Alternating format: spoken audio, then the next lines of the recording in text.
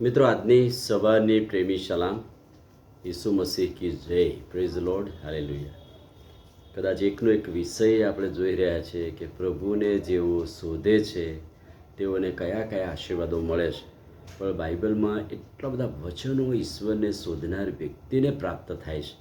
એ ખાતરીદાયક વચનો દરરોજ 365 દિવસમાં ઓછા પડે એટલા બધા વચનો પ્રભુના ઈશ્વરને શોધનાર એના બાળકોને પ્રાપ્ત થાય છે. અને એટલે આજે જે વિષય પસંદ છે તો એ કે જેઓ ઈશ્વરને શોધે છે, પ્રભુને શોધે છે અને પામે છે, તેમને કોઈ પણ સારાવાનાની અછત રહેશે નહીં. એટલે કે યહોવા મારો પાળક છે, તેથી મને કશી જ ખોટ પડશે નહીં. એટલે કે જેઓ ઈશ્વરને શોધે છે, ઈશ્વરને પામે છે, તેઓને એવું એક ઇનામ પ્રાપ્ત થાય છે કે એને સઘળા વાના આપવામાં આવે છે. કોઈ વાનાની ખોટ પડતી નથી.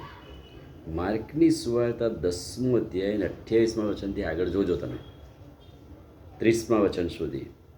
પ્રભુ કહે છે કે મારે લીધે, સુવાર્તાને લીધે જેઓએ પોતાના ઘરને, મા બાપને, ભાઈ બહેનને, છોકરાને, ખેતરોને બધાને મૂકી દીધા કે ગુમાવ્યું, તેઓ હમણાં આ જ કાળમાં અને આવનાર કાળમાં પણ 100 ગણા પામશે અને અનંત જીવન પામ્યા વગર રહેશે નહીં. કેટલો મોટો આશીર્વાદ!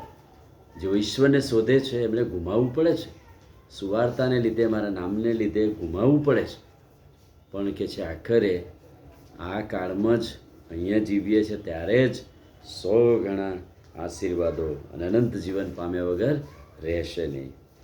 હેબ્રીઓનો પત્ર 11મા અધ્યાયનું 6મું વચન.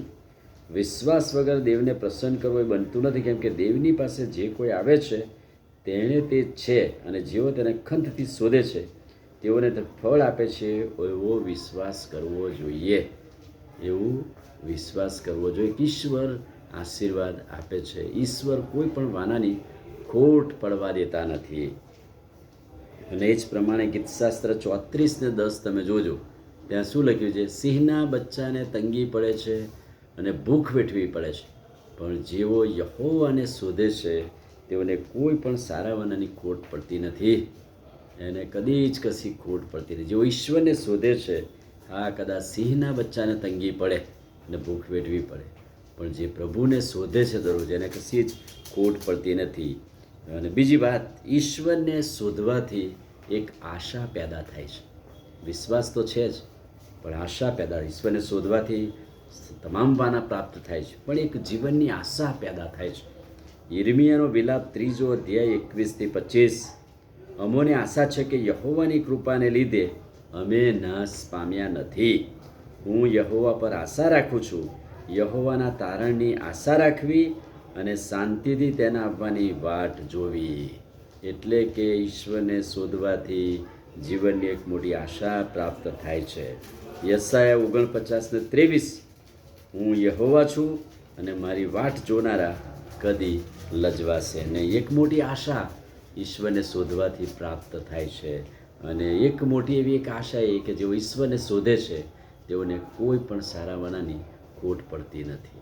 આમીન. પ્રાર્થના કરીએ. વાલા પ્રભુ, આજે સવારે તમારા અદ્ભુત અને પવિત્ર વચનને માટે આભાર. આજનું વચન અમને શીખવે છે કે ઈશ્વરને શોધવાથી કોઈ પણ વાનાની ખોટ પડતી નથી, અનંત જીવનની ખાતરી મળે છે. ઈશ્વરને શોધવાથી એક નવી આશા પ્રાપ્ત થાય છે, જીવન જીવવાની મોટી આશા પ્રાપ્ત થાય છે. એ માટે પણ તમારો આભાર. પ્રભુ ઈસુના નામમાં પ્રાર્થીએ છે, સાંભળો ને માન્ય કરો. આમીન. God bless you.